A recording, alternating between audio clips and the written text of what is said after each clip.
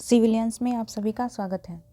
तो अभी हम पढ़ेंगे झारखंड ज्योग्राफी, जिसमें हम पढ़ने वाले हैं झारखंड में कृषि। इससे पहले हमने पढ़ा था झारखंड में वन्य प्राणी संरक्षण।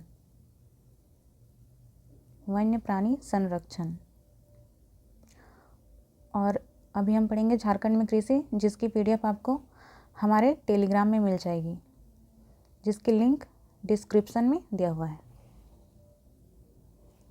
तो आइए हम देखते हैं झारखंड में कृषि। ये जो टॉपिक है वो जीपीएससी और जीएसएससी दोनों के लिए ही इम्पोर्टेंट है। तो हम शुरू करते हैं। कुल भूमि, हमारे झारखंड का कुल भूमि कितना है? 79,716 किलोमीटर स्क्वायर। ये भारतीय वन सर्वेक्षण रिपोर्ट के अनुसार कितना है? 79,716 किलोमीटर स्क्वायर। 79714 या फिर 79716 किलोमीटर स्क्वायर। और कुल भूमि का 23% भाग पर ही कृषि कार्य होता है। इसमें जितना भूमि है 79716, इसमें मात्र 23% भाग पे ही कृषि कार्य किया जाता है। झारखंड कृषि प्रधान राज्य है और कुल जनसंख्या कितनी है? 3,29,88,134। 3,29,88,134।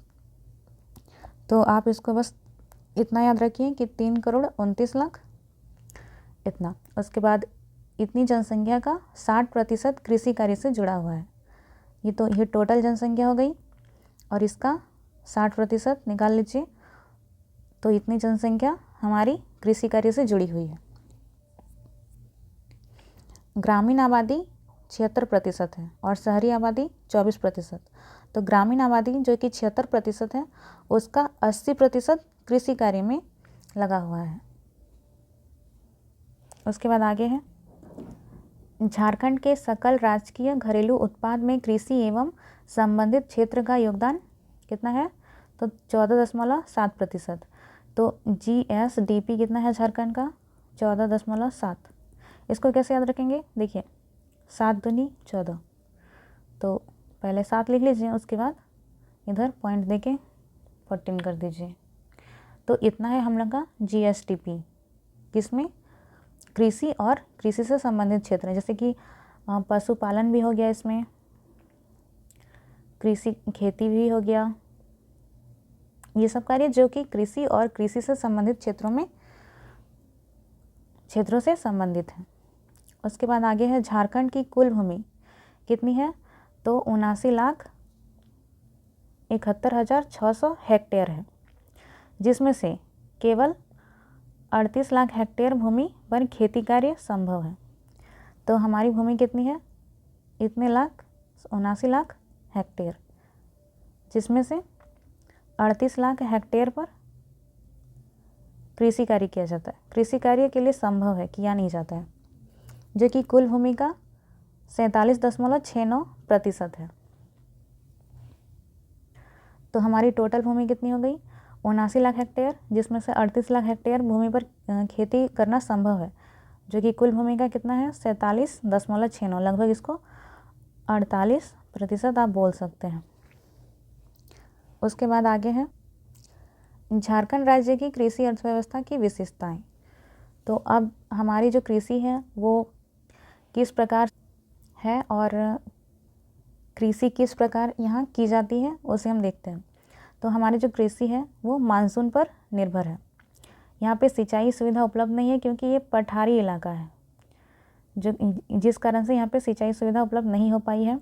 और भी बहुत सारे रीजन हैं जिसके कारण सिंचाई व्यवस्था उपलब्ध नहीं हो पाई है, और इसी कारण हमारे यहाँ के किसानों को मानसून पर निर्भर रहना पड़ता है। और मानसून जैसा कि आपको पता ही है, कभी आता है कभी नहीं आता ठीक से। जैसे कि हम अभी 2 सालों से ठीक से बारिश नहीं हुई है, तो इससे भी उत्पादन कम होता है। उसके बाद आगे है कम निवेश। यहाँ के लोग अधिकतर मानसून पर निर्भर रहते हैं, जिस कारण से उन्हें ये भी डर रहता है कि फसल उत्पादन हो पाएगा कि नहीं अच्छे से। तो जिस कारण से ये निवेश भी कम ज़्यादा नहीं करना चाहते हैं, कम ही निवेश करते हैं। उसके बाद है कम उत्पादकता। उत्पादन भी यहाँ पे ठीक नहीं होता क्योंकि ये पठारी भूमि है और यहाँ की मिट्टी उर्वर नहीं है, मतलब मिट्टी में उर्वरता नहीं है, उपजाऊ नहीं है। प्रमुख फसल के रूप में धान के साथ एक फसली, तो यहाँ पे धान जो है वो प्रमुख फसल है और ये एक फसली हो जाती है। उसके बाद है अपर्याप्त सिंचाई सुविधाएं, तो जैसा कि मैंने बताया यहाँ पे सिंचाई सुविधाओं की उपलब्धता नहीं है। और छोटे और सीमांत जोत, तो यहाँ पे बहुत ही छोटे जोत हैं, अर्थात तो खेत बहुत छोटे छोटे हैं। सीमांत जोत मतलब 1 हेक्टेयर से कम, 1 हेक्टेयर भूमि से कम। और छोटे जोत मतलब 1 से 2 हेक्टेयर तक। तो यहाँ के किसानों के पास भूमि भी ज़्यादा नहीं है, जिस कारण से ना वो निवेश कर पाते हैं, ना ही उनका उत्पादन अच्छे से होता है और उनका सर्वप्रमुख फसल हो जाता है धान, और वे किसी और की खेती नहीं करना चाहते हैं, जिस कारण से हमारी अर्थव्यवस्था पर कृषि का योगदान बहुत ही कम है। कितना देखा था हमने? जीएसडीपी में कृषि और उससे संबंधित क्षेत्र का योगदान 14.7%। अब आगे देखते हैं। झारखंड में मुख्यतः 3 फसलों धान, गेहूं तथा मक्का की खेती की जाती है। तो झारखंड में 3 मुख्य फसलें हैं। पहला है धान, उसके बाद गेहूं, फिर मक्का, जिसमें से धान सर्वप्रमुख फसल है तथा मक्का दूसरी सर्वप्रमुख फसल है। धान पहला हो गया, दूसरा मक्का हो गया। उसके बाद राज्य में शुद्ध बोए गए कृषि क्षेत्र के मात्र 15% पर ही सिंचाई सुविधा उपलब्ध है। मान लीजिए ये हमारा झारखंड हो गया, वहाँ पे 23% भाग पे कृषि की जाती है और इस 23% भाग पे भी 15% इसका सिंचाई सुविधा यहाँ पे उपलब्ध है। मतलब ये पूरे भाग पे नहीं, बस इतने थोड़े 15%, ये 23 के भी 15% भाग पे सिंचाई सुविधा उपलब्ध है। उसके बाद है सिंचाई का सर्वप्रमुख स्रोत कुआं है। तो यहाँ पे सर्वाधिक सिंचाई किससे किया जाता है? कुआं के पानी से। उसके बाद राज्य में लगभग 18% परती भूमि पाई जाती है। तो परती भूमि किसे कहा जाता है? तो ऐसी ज़मीन जो कुछ समय के लिए खेती नहीं की जाए, कुछ समय के लिए, ताकि वो जो खेत है वो फिर से उपजाऊ बन सके। लगातार खेती करने से क्या होता है? मिट्टी की उर्वरता कम हो जाती है। तो परती भूमि में क्या होता है, वहाँ पे कुछ समय के लिए बिना खेती किए उस जगह को छोड़ दिया जाता ताकि वो मिट्टी फिर से उपजाऊ बन सके। फिर जोतों का औसत आकार प्रति व्यक्ति मात्र वो 1.17 हेक्टेयर है। अर्थात अगर सारे व्यक्तियों को हम खेत दे दें, जितना भी यहाँ पे झारखंड में व्यक्ति मतलब लोग जनसंख्या है उन सभी को दे दें, तो सबके पास लगभग 1 हेक्टेयर तक भूमि उपलब्ध हो पाएगी, मतलब बहुत ही कम। तो ये भी एक रीज़न है कि यहाँ पे कृषि का जीडीपी में योगदान बहुत ही कम है। उसके बाद आगे है कुल बोए गए क्षेत्र के 78% हिस्से पर खरीफ फसल की खेती की जाती है। मान लीजिए कि ये एरिया है जिसमें से जितना भी बोया गया है, मान लीजिए इतने भाग पे बोया गया है, मतलब बुआई की गई है, तो इसके 78% भाग पे लगभग इतना इस पे खरीफ फसल की खेती की जाती है और बाकी जो बचा उस पे रबी फसल की खेती की जाती है। तो वही लिखा है कुल बोए गए क्षेत्र के 78% हिस्से पर खरीफ फसल की खेती की जाती है। फिर झारखंड के 17 जिले राष्ट्रीय बागवानी मिशन से आच्छादित हैं। तो झारखंड में कितने जिले हैं? 24, जिसमें से 17 जिले राष्ट्रीय बागवानी मिशन से आच्छादित हैं। उसका झारखंड में जूट की ही भांति एक रेशेदार फसल के रूप में मेस्टा का उत्पादन किया जाता है। ये जो मेस्टा है वो जूट की ही भांति रेशेदार फसल है जिसमें रस्सी जैसा संरचना मिलता है। तो ये मेस्टा, इसका उत्पादन झारखंड में किया जाता है। उसके बाद हजारीबाग जिले में भारतीय कृषि अनुसंधान परिषद ICAR, जिसका मुख्यालय कहाँ है, नई दिल्ली में, उसके द्वारा भारतीय कृषि अनुसंधान संस्थान की स्थापना प्रस्तावित है। तो हजारीबाग जिले में ICAR के द्वारा भारतीय कृषि अनुसंधान संस्थान की स्थापना प्रस्तावित है। मतलब हजारीबाग में भी एक ICAR का ब्रांच खोला जाएगा। और ये ICAR कहाँ है, तो नई दिल्ली में। इसे आप याद रखिएगा, ये पेपर 1 के लिए इम्पोर्टेंट हो सकता है। तो देख लीजिए, ये है मेस्टा। ये मेस्टा का पौधा और इससे जूट की तरह रेशेदार रस्सी बनाई गई है। देखिए इस प्रकार रस्सी है। अब नेक्स्ट है झारखंड की फसलें। तो झारखंड में कितने प्रकार की फसल है, 2 प्रकार की। पहला है खरीफ फसल, दूसरा है रबी फसल। और जो जायद फसल है वो यहाँ की प्रमुख फसल नहीं है। अगर आपको किस एग्ज़ाम में पूछा जाए कि झारखंड में कितनी प्रकार की फसलें उगाई जाती है, तो 2 प्रकार की, एक खरीफ और एक रबी। क्योंकि जो जायद प्रकार की फसल है वो बहुत ही कम मात्रा में उगाई जाती है, जिस कारण से इसे मुख्य फसल के रूप में नहीं गिना जाता है। तो झारखंड में कितनी फसलें हो गई, 2, खरीफ और रबी। तो पहले देखते हैं खरीफ को। खरीफ फसल जिसकी बुआई जून जुलाई में की जाती है, मतलब मानसून के प्रारंभ में। देखिए 15 जून को मानसून झारखंड में एंटर कर जाता है, तो तभी से मतलब जून या फिर जुलाई में बुआई की जाती है खरीफ फसल की, मानसून के प्रारंभ में। फिर सितंबर से अक्टूबर में कटाई की जाती है मानसून की समाप्ति के टाइम। तो सितंबर अक्टूबर में मानसून वापस लौट जाता है और उसके बाद ठंड के दिनों का आगमन हो जाता है। तो इस टाइम कटाई कर ली जाती है खरीफ फसल की। खरीफ फसल के अंतर्गत धान, मक्का, ज्वार, बाजरा, मूंग, मूंगफली और गन्ना इत्यादि आते हैं। तो आपको पता ही होगा कि धान और मक्का बहुत ही ज़्यादा जब बारिश होती है उस समय उगाए जाते हैं। तो बारिश कब आती है, जून जुलाई में। तो उस टाइम धान और मक्का उगाया जाता है, तो वो खरीफ फसल के अंतर्गत आ गया, क्योंकि ये जून जुलाई में ही बुआई की जाती है इसकी। उसके बाद है ज्वार और बाजरा। तो देखिए खरीफ फसल मतलब बारिश बहुत ज़्यादा होगी, तो मान लीजिए उस समय हमें ज्वर आ सकता है। ज्वर मतलब बुखार, तो ज्वर आ सकता है और हम उस समय बाज़ार भी नहीं जा सकते हैं। अगर बारिश होगी तो बाज़ार नहीं जा पाएंगे। और मूंगफली आपको पता ही है कि ये ज़मीन के अंदर होती है, तो बारिश होगी तो ये ज़मीन के अंदर छुप जाएंगे मूंगफली। तो इससे आप याद रख सकते हैं कि धान, मक्का, ज्वार, बाजरा, मूंग और मूंगफली और गन्ना, ये सब खरीफ फसल के अंतर्गत आती है। इसके बाद खरीफ फसल 2 प्रकार की होती है, एक भदई और एक अगहनी।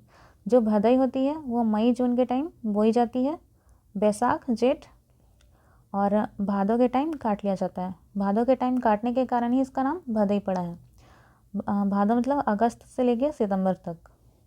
उसके बाद दूसरा है अगहनी, जिसको जून में बोया जाता है और जेठ या आषाढ़ में, और इसकी कटाई अगहन में की जाती है, इसके कारण इसका नाम अगहनी फसल पड़ा है। और अगहन मतलब दिसंबर में, महीने साल के लास्ट महीने में, अंतिम महीने में। तो खरीफ फसल 2 प्रकार की, एक भदई और एक अगहनी। तो एक बार हम देख लेते हैं कि झारखंड का एरिया कितना है, 79716 या 79714 किलोमीटर स्क्वायर। यहाँ की जनसंख्या कितनी है, 3,29,88,134, जिसमें से 60% कृषि पे लगी है। और जो भूमि है यहाँ पे 79 लाख हेक्टेयर है, जिसमें से 38 लाख हेक्टेयर पे खेती की जाती है। खेती करना संभव है, की नहीं जाती है। और अभी खेती कितने पे की जा रही है, तो इसके 23% भाग पे, जिसमें से 15% पे ही सिंचाई सुविधा उपलब्ध है। और झारखंड की GSDP में कृषि और उसके संबंधित क्षेत्रों का योगदान कितना है, तो 14.7%। 7 दूनी 14, ऐसे आप याद रख सकते हैं। और जो शुद्ध बोया गया क्षेत्र है उसमें 78% भाग पे खरीफ फसल की खेती की जाती है, बाकी बचा उस पर रबी फसल की खेती की जाती है। और झारखंड में 18% भूमि जो कि है वो परती भूमि। 17 जिले राष्ट्रीय बागवानी मिशन से आच्छादित है। यहाँ पे लिख देती हूँ, बागवानी मिशन से आच्छादित है। और हजारीबाग में ICAR का एक ब्रांच खोला जाने का प्रस्ताव है।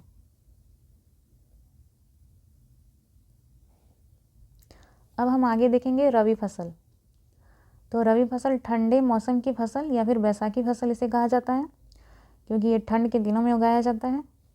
बुआई इसकी की जाती है अक्टूबर से नवंबर, इस टाइम ठंड पड़ती है, जिस कारण से इसका नाम ठंड मौसम की फसल या फिर बैसाखी फसल है। और इसकी कटाई मार्च में की जाती है, अर्थात गर्मी के दिनों में।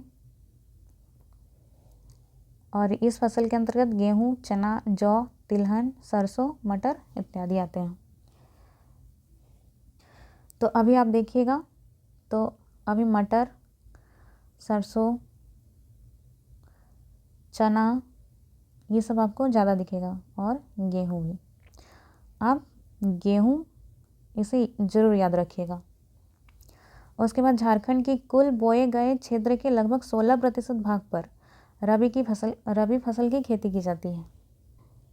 तो मैंने बताया था कि 78% भाग पे खरीफ फसल, और बाकी जो बचा 22%, उसमें से 16% भाग पे रबी फसल की खेती की जाती है, और बाकी पे अन्य प्रकार के फसल की खेती की जाती है। अधिकांश भाग पठारी होने के कारण गेहूं तथा जौ की कृषि बारी भूमि या सिंचाई साधनों से युक्त क्षेत्र में ही की जाती है। तो देखिए, हमारा जो झारखंड है वो पठारी इलाका है, जिस कारण से गेहूं और जौ की खेती, जहाँ पे कृषि के लिए क्या कहते हैं, इसके लिए कृषि सुविधाजनक हो वहीं पे की जाती है। अर्थात जहाँ पे सिंचाई सुविधा हो तथा भूमि अच्छी हो, अर्थात बारी भूमि हो,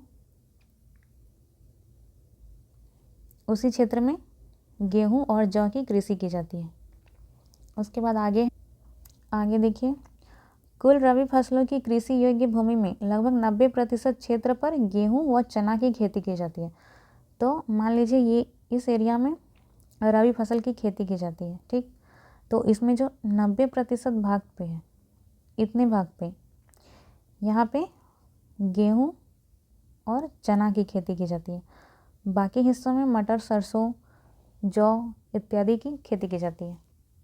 उसके बाद झारखंड में मुख्य रूप से 2 फसल खरीफ और रबी का प्रचलन है, लेकिन इसके अलावे जायद फसल के तौर पर सब्जी, मोटे अनाज जैसे कि मड़वा भी उत्पादित की जाती है। हालांकि इसका योगदान कम है। तो ये जो मड़वा है वो रांची में आपको देखने को मिलेगा सबसे ज़्यादा। तो यहाँ पे क्या बोल रहा है, झारखंड में मुख्य रूप से दो फसल है, खरीफ और एक रबी। लेकिन इसके अलावा जायद फसल की भी खेती की जाती है, लेकिन बहुत ही कम, कितना, तो 0.17% भाग पे। तो ये बहुत ही कम हुआ, एकदम 9 के बराबर। इसी कारण झारखंड की मुख्य फसल 2 ही मानी गई है, एक खरीफ और एक रबी। और जायद फसल के अंतर्गत क्या आता है, तो सब्जियां और मोटे अनाज। और ये कुल कृषिगत भूमि का मात्र 0.17% भाग पे ही उगाया जाता है। तो फल उत्पादन में प्रथम क्या है, सबसे ज़्यादा फल आम का उत्पादन किया जाता है। उसके बाद दूसरे नंबर पे कटहल और तीसरे नंबर पर पपीता। तो सबसे ज़्यादा आम का उत्पादन होता है झारखंड में, उसके बाद कटहल और उसके बाद पपीता। और इसी प्रकार सब्जी में सबसे ज़्यादा आलू का उत्पादन होता है हमारे झारखंड में, और दूसरे नंबर पर मटर और तीसरे नंबर पे गोभी। तो सब्जी में आलू, मटर और गोभी, तो इसका सब्जी भी हम लोग बनाते हैं तीनों का मिक्स करके। और फल में हो गया आम, कटहल, पपीता। उसके बाद प्रमुख फसल, तो हम प्रमुख फसल देखते हैं। धान या चावल, तो ये राज्य की सर्व प्रमुख फसल है। ये हमने पीछे भी पढ़ा कि धान हमारे राज्य की सर्व प्रमुख फसल है और इसका उत्पादन सिंहभूम तथा रांची की एरिया में किया जाता है, वो भी सर्वाधिक मात्रा में। इसी कारण यहाँ सिंहभूम और रांची लिया गया है। वैसे तो झारखंड के सभी जिलों में धान या फिर चावल की खेती की जाती है, लेकिन सर्वाधिक मात्रा में सिंहभूम और रांची में। उसके बाद है मक्का, ये दूसरी सर्वाधिक उत्पादन वाली फसल है और इसका सर्वाधिक उत्पादन होता है पलामू और हजारीबाग में। तो फर्स्ट नंबर में हमको पलामू याद रखना है। उसके बाद है गेहूँ, तो गेहूँ तीसरी सर्वाधिक उत्पादित की जाने वाली फसल है और इसका भी सर्वाधिक उत्पादन पलामू में होता है। देखिए झारखंड की जो अधिकतर फसलें हैं वो उनका उत्पादन पलामू में ही सर्वाधिक किया जाता है।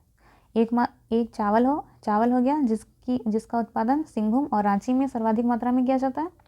और आगे हम देखेंगे गन्ना, ज्वार और बाजरा, जिसका उत्पादन सर्वाधिक मात्रा में हजारीबाग में किया जाता है।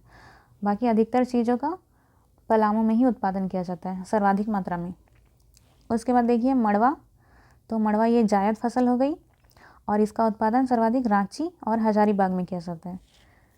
फिर नेक्स्ट है गन्ना, तो गन्ना ये एक नकदी फसल है और इसका सर्वाधिक उत्पादन हजारीबाग में किया जाता है। तो देखिए इसको कैसे याद रखेंगे कि गन्ना जो है वो सर्वाधिक हजारीबाग में उत्पादित किया जाता है। तो देखिए जो गन्ना होता है ऐसे डंटा जैसा होता है, लंबा लंबा। तो हजारीबाग में पीछे क्या लिखा है, बाग, बाग से कीजिए बाग। तो बाग को मारने के लिए क्या करेंगे, हम डंटा का उपयोग करेंगे। और डंटा कैसा होता है, गन्ना डंटा जैसा ही होता है, तो इसी का उपयोग करेंगे हम बाग को मारने के लिए। तो हजारीबाग गन्ना। उसके बाद आगे है जौ, जिसका भी उत्पादन सर्वाधिक पलामू में किया जाता है। उसके बाद है ज्वार बाजरा, इसका उत्पादन सर्वाधिक हजारीबाग में होता है। तो देखिए ज्वार और बाजरा में जो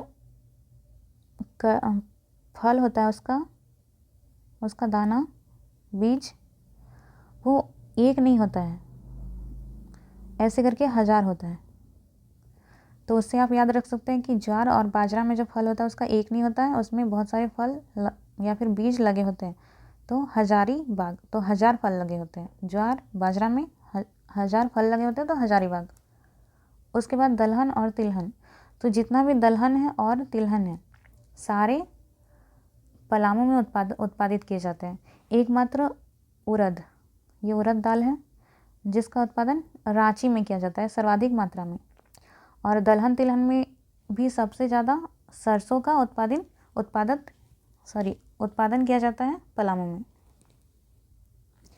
उसके बाद देखिए चना का सर्वाधिक उत्पादन गोड्डा और साहिबगंज, क्योंकि चना के लिए काली मिट्टी चाहिए होती है और काली मिट्टी कहाँ है, तो यहाँ संथाल परगना के राजमहल में। तो यहाँ पे राजमहल साहिबगंज में ही है और गोड्डा उसी से संबंधित जिला है, मतलब सटा हुआ। तो आप चना याद कर सकते हैं कि गोड्डा और साहिबगंज में चना का उत्पादन किया जाता है। फिर उड़द हो गया, उड़द ये रांची में। जितने भी दलहन और तिलहन है सारे पलामू में, एकमात्र उड़द को छोड़ के दलहन तिलहन सारे पलामू में उत्पादन किए जाते हैं और उड़द दाल ये रांची में, ये एकमात्र दाल है जो रांची में। फिर जितने प्रकार के सब्जी हैं वो सारे रांची में उत्पादित किए जाते हैं सर्वाधिक मात्रा में। तो पहला हो गया आलू, फिर गोभी, मटर, मूली, गाजर और टमाटर, ये सारे रांची में उत्पादित किए जाते हैं। और एकमात्र पपीता वो सिमडेगा में। तो देखिए इसको कैसे याद रखेंगे कि जो पपीता है उसको सिमडेगा में उत्पादित किया जाता है, सिमडेगा। तो पपीता जो होता है वो ग्रीन कलर का होता है और सीम अर्थात सेम, ये भी ग्रीन कलर का होता है। तो ग्रीन ग्रीन आप याद रख सकते हैं, पपीता सिमडेगा में, पपीता ग्रीन तो और सीम भी ग्रीन होता है, तो उससे आप याद रख सकते हैं। बाकी जितनी सब्जियां होंगी वो रांची में, दलहन तिलहन पलामू में, धान का हो गया सिंहभूम और रांची। फिर मक्का ये पलामू और हजारीबाग। अधिकतर फसल पलामू में ही सर्वाधिक मात्रा में उत्पादन किया जाता है। गेहूँ ये भी हो गया पलामू और हजारीबाग। आपसे पूछे सर्वाधिक उत्पादन कहाँ किया जाता है, पलामू या हजारीबाग, तो आपको पलामू मारना है। फिर मड़वा रांची, गन्ना ये हजारीबाग, जौ ये भी पलामू हो गया। ऐसे याद रख सकते हैं कि जो कहाँ जो, तो पला के जो पला जो। ज्वार बाजरा ये हजारीबाग में, और दलहन तिलहन ये पलामू में। और सबसे ज़्यादा कौन सा तिलहन, तो सरसों का, ये याद रखिएगा। अब देखते हैं जोतों का वितरण। सीमांत जोत, तो सीमांत जोत कितना होता है, 1 हेक्टेयर से कम, और सर्वाधिक लोगों के पास हमारे झारखंड में जितनी भी जनसंख्या उसमें से अधिकतर 70% लोगों के पास 1 हेक्टेयर से कम भूमि है। लघु जोत जो 1 से 2 हेक्टेयर के बीच है, तो ये कितने प्रतिशत आबादी के पास है, 15% आबादी के पास 1 से 2 हेक्टेयर भूमि। और अर्ध मध्यम जोत ये कितना है, 2 से 4 हेक्टेयर, और ये 10% आबादी के पास है। झारखंड की 10% की आबादी के पास मात्र 10%, 2 से 4 हेक्टेयर भूमि है। और मध्यम जोत 4 से 10 हेक्टेयर, ये 4% लोगों के पास है। और बड़े जोत ये 10 हेक्टेयर से अधिक होते हैं, और ये सबसे कम लोगों के पास है, मात्र 1% लोगों के पास 10 हेक्टेयर से अधिक भूमि है। उसके बाद है कृषि संबंधी महत्वपूर्ण तथ्य। प्रमुख फसल क्या है यहाँ की, धान मक्का और गेहूँ। धान सर्वाधिक प्रमुख, दूसरा सर्वाधिक ये हो गया मक्का, और तीसरा गेहूँ। धान का सर्वाधिक उत्पादन सिंहभूम में और रांची में। मक्का का सर्वाधिक उत्पादन पलामू में और हजारीबाग। और गेहूं का सर्वाधिक उत्पादन ये भी पलामू और हजारीबाग। फिर स्थानीय कृषि का नाम, यहाँ जो कृषि की जाती है उसका स्थानीय नाम क्या है, खल्लू कृषि, इसे भी याद रखिएगा। उसके बाद कृषि योग्य भूमि कितनी है, तो 38 लाख हेक्टेयर, ये हमने पीछे पढ़ा। उसके बाद सिंचाई के साधन कुआं, तालाब, नहर और नलकूप, तो इन चारों से यहाँ पे सिंचाई की जाती है। उसके बाद आगे है राज्य में सर्वाधिक पीडीएस डीलर कहाँ है, तो रांची जिला में, और सबसे कम लोहरदगा में। तो रांची हमारा राजधानी हो गया, तो यहाँ सबसे ज़्यादा पीडीएस डीलर है, और यहाँ होने भी चाहिए। और सबसे कम लोहरदगा में।